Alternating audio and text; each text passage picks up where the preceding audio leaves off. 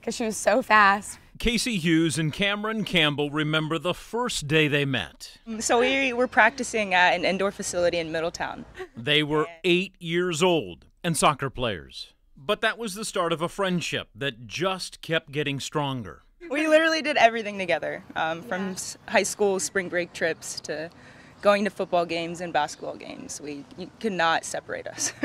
As we talked about their priceless childhood memories, our conversation eventually gravitated toward the night Kasey said Cameron saved her life. Yeah, and I had texted her. I was like, "Do you want to go out tonight?" Like, it was something to do. They left Springboro about 11:30 that night. So we got there pretty late. It was a short night. We had saw some friends there.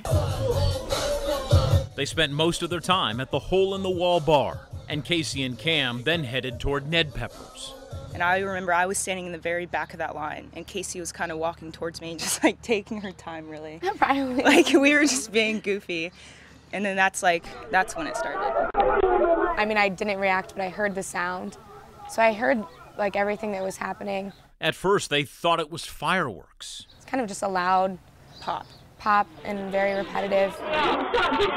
But when the sound would not stop, this Ring doorbell video showed what Cameron did next. Like, when I grabbed her and pulled her into that doorway, she was like super shaky and jumpy. I mean, we both kind of were.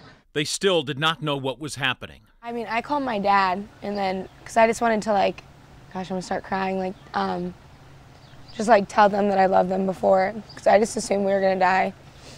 I didn't get a hold of my dad, so I immediately called my mom and just told her that I didn't think we were gonna make it, but it didn't sound like that at all. It was only 30 seconds, they said, between the shooter going down and like the cops, being there. The cop head came up to us and was like, he's down. And then we left, but like just stepping out of that doorway, like 2 people in front of us had been shot.